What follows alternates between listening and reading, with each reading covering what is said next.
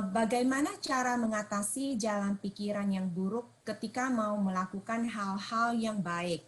Misalnya, sewaktu punya pikiran berdana, saya berbahagia, tetapi saat mau melakukan ada pikiran meragukan, apakah meragukan tentang orang yang menerima. Sudah tepatkah orang ini kuberikan dana? Benarkah orang ini membutuhkan dana dan lain-lain?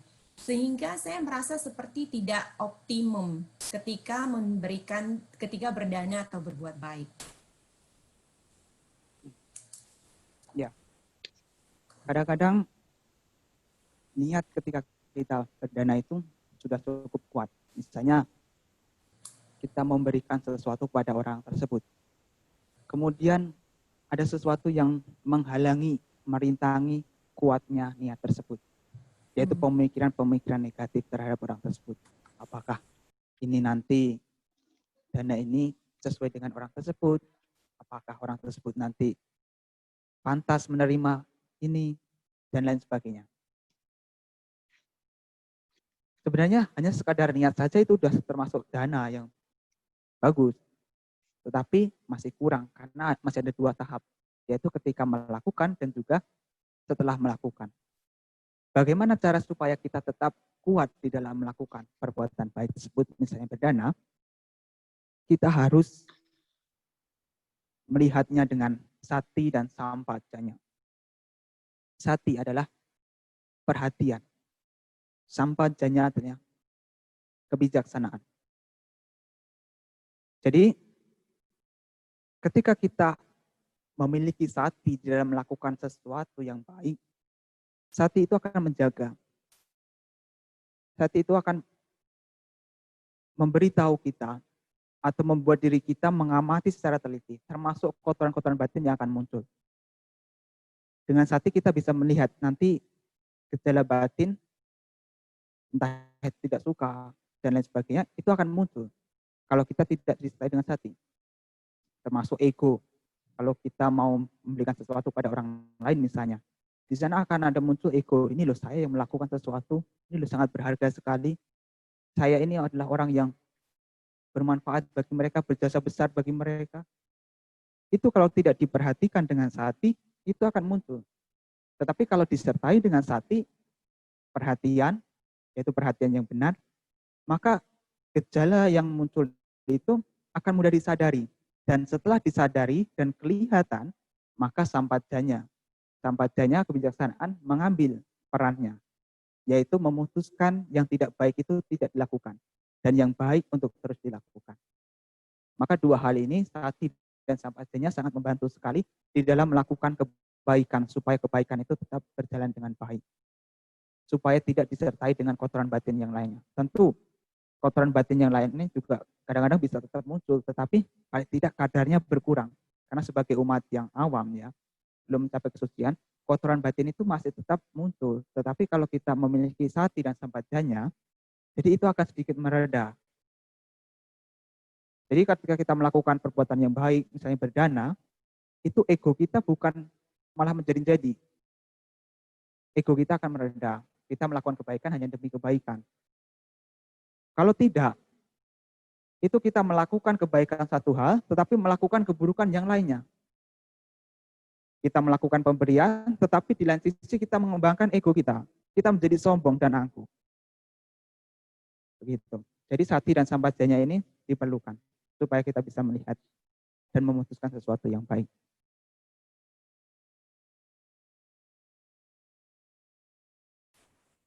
Terima kasih Samanera. Sampadanya itu spellingnya sampa SAMPAJANN.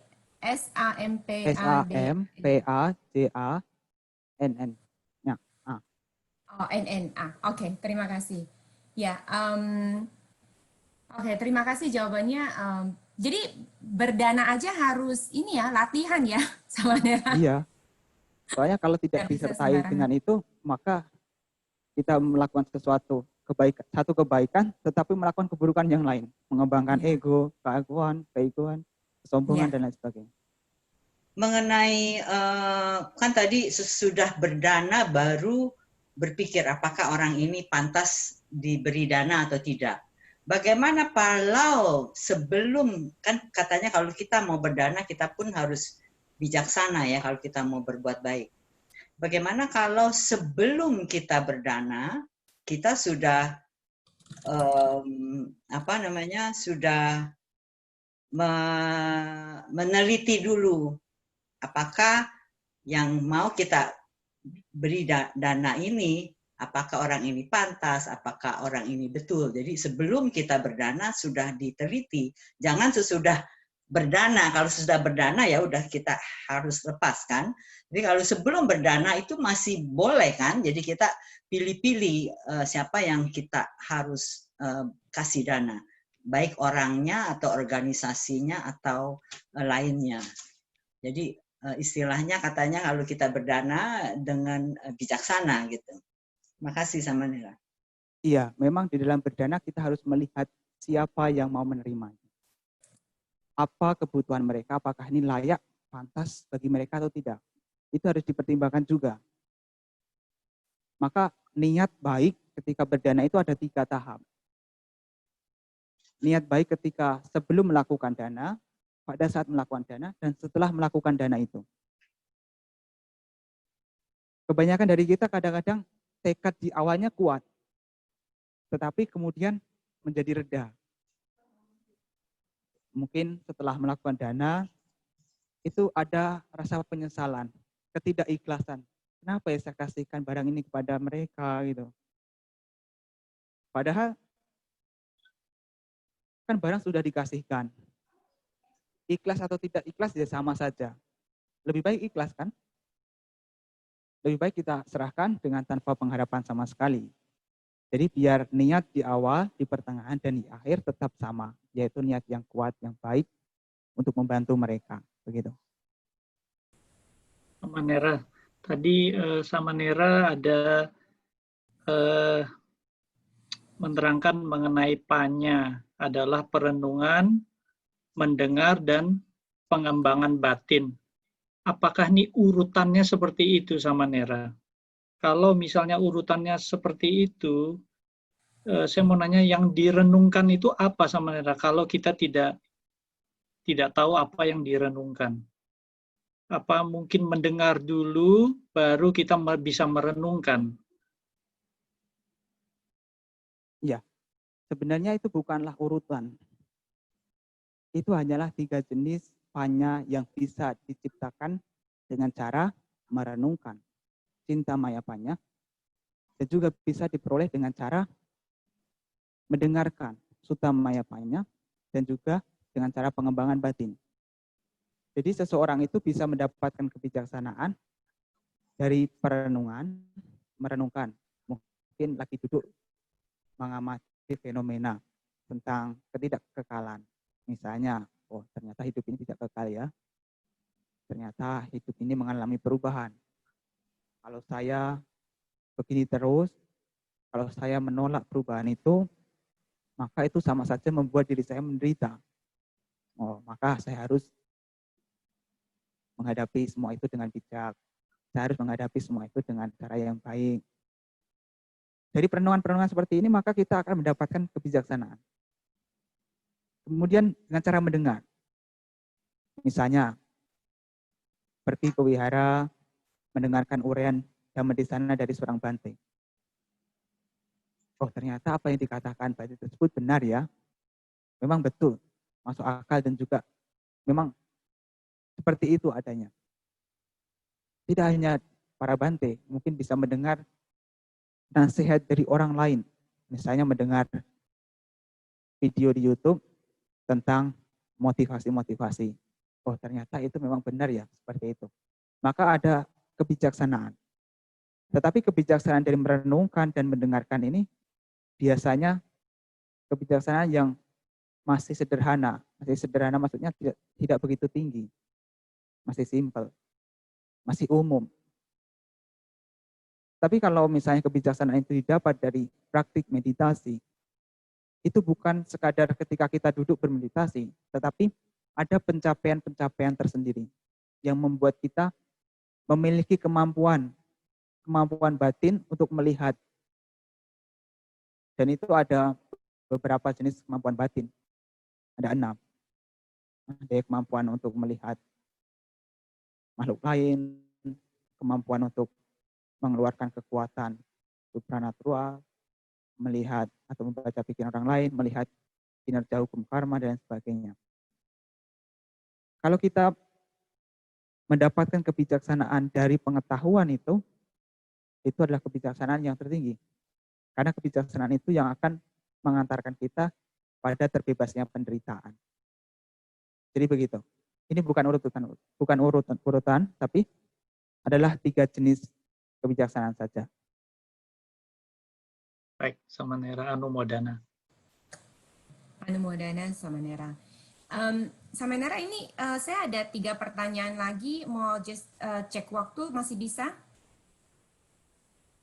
Sekarang masih kira-kira bisa. jam Masih bisa, 10. saya masih ada sekitar 1 jam malah. Oke. Kalau Terima misalnya kasih. mau. Ya. Oke, Samanera, bisa. Masuk akal jawabannya. Ini ada 1 pertanyaan lagi mengenai hukum karma. Apakah hukum karma itu kalau kita bayar, kalau hutang karma ya, bayarnya itu selalu terhadap orang yang sama, individual yang sama, baik di kelahiran ini atau di kelahiran yang akan datang? Atau apakah bayarnya hutang karma ini bisa ke orang lain?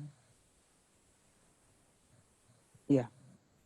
Sebenarnya kerja hukum karma itu tidak terpikirkan. Acintya. Jadi kita tidak bisa mengatakan saya punya hutang karma kepada dia, maka saya harus membayar sekian. Harus membayar sekian pada dia.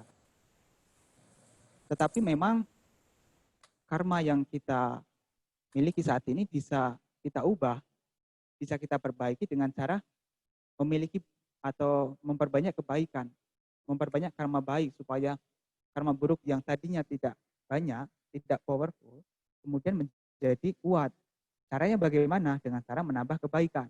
Ini diibaratkan seperti halnya garam, 1 sendok garam. Kalau 1 sendok garam itu dilempar ke sungai Gangga, yang sungainya itu sangat banyak airnya, apakah ada dampaknya?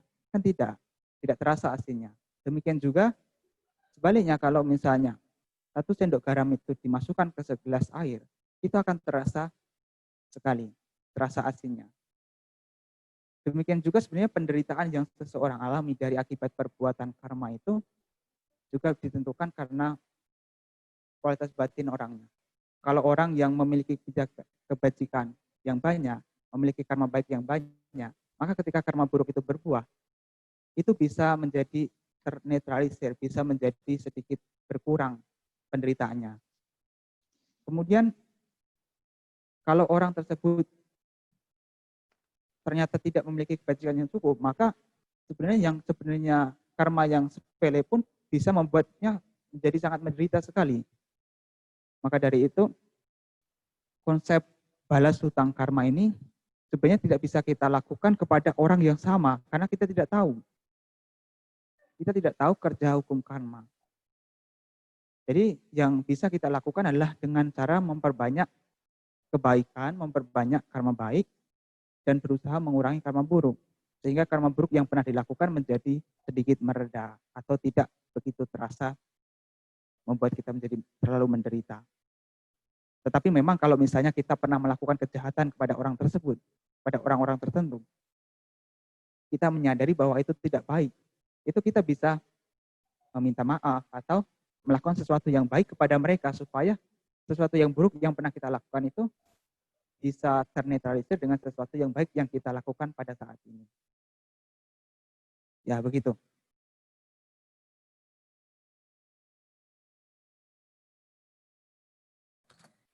Jadi sebaiknya di kehidupan ini ya cepat-cepat diatasi. Oke, terima kasih Samanera.